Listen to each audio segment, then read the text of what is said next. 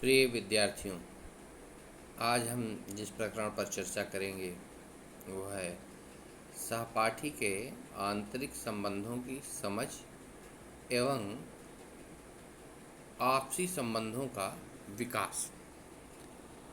सहपाठी के संबंधों की समझ एवं आपसी संबंधों का विकास तभी संभव हो पाता है जब बच्चों के प्रति अभिभावक अपने दायित्वों का निर्वहन उचित प्रकार से करते हैं। इस प्रकरण के अंतर्गत जिन बिंदुओं पर हम चर्चा करेंगे आपसे में है बच्चों के विकास में उनके साथियों की भूमिका, सामाजिक बोध, साथी के संबंधों की विशेषता, आक्रामकता, तकनीकी एवं साथी संबंध, साथी संबंध में विविधता एवं सामाजिक बोध, स्वस्थ साथ संबंधों को बढ़ावा। मैं बात कर रहा था कि अभिभावक जब अपना दायित्व सही ढंग से निभाते हैं तभी बच्चों में आपसी संबंधों का विकास अच्छे से होता है। जैसे बच्चों में सामंजस्य की भावना विकसित करना, उनमें सुरक्षा की भावना विकसित करना, आत्मसम्मान बढ़ाना, बड़ों के प्रति आदर एवं सम्मान की भावना विकसित करना, विभिन्न विषयों पर खुलकर बातचीत करने योग्य बनाना, किसी कार्य में असफल होने पर उनका सही तरीके से मार्गदर्शन करना, उन्हें यह समझाना कि विभिन्न परिस्थितियों में किस प्रकार से निर्णय लिया जाता है, ऐसी क्षमता विकसित करना।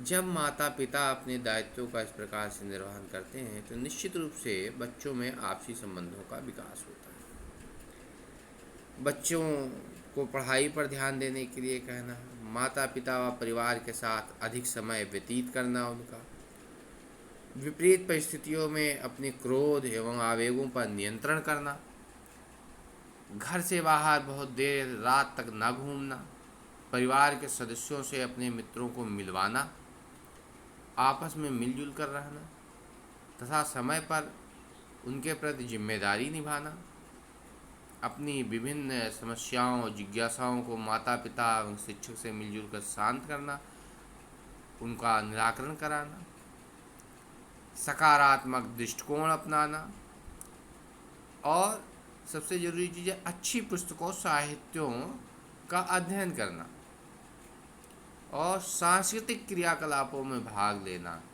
जिससे कि हमें नैतिकता की समझ हो और हम यह समझ सकें हमें कैसे व्यवहार करना है, समाज में कैसे सामंजस्य बिठाना है, अपने सहयोगी से कैसे वार्तालाप करना है, हमारा सहयोगी कैसा हो, हम किस प्रकार से सहयोगी बनाएं जो हमारे संबंध जो हों वो अच्छे हों, उन संबंधों को हम निभा सकें, साथ ही इन संबंधों का मेरे परिवार पे या समाज के ऊपर कोई ऐसा प्रतिकूल प्रभाव न पड़े।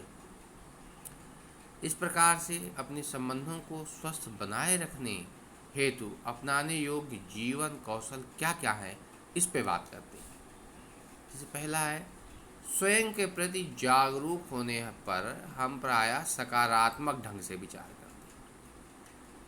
फिर जब हम स्वयं को विषम परिस्थिति में पाते हैं तो उस पर गंभीरता से विचार करते हैं। रचनात्मक सोच रखना चाहिए।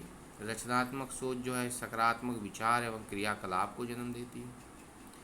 विभिन्न परिस्थितियों में स्वयं के प्रति जागरूकता ही सही एवं गलत परिणाम में अंतर करना सिखाती है। साथ ही साथ जब विषम परिस्थिति होती है तो तनाव पैदा होता है, तो जब हम उचित निर्णय लेते हैं तो वह तनाव दूर हो जाता है। इस प्रकार सही निर्णय के द्वारा हम तनाव को दूर हटाते हैं और हमारी समस्याएं भी सुलझ जाती हैं। इस प्रकार से जो आपसी संबंध हैं उनके व्यवहार की जो दिशा है वो सही होनी चाहिए। भावनाओं पर नियंत्रण रखने पर हम सही निर्णय ले पाते हैं। आपसी व्यवहार स्वस्थ एवं अच्छा रखने से प्रभावी संप्रेषण अर्थात हम अपनी बातों को अच्छी ढंग से प्रस्तुत करके और स्वस्थ एवं विकास की ओर बढ़ते हैं। समस्या समाधान करने की कुशलता जीवन को खुशहाल एवं स्वस्थ बनाती है।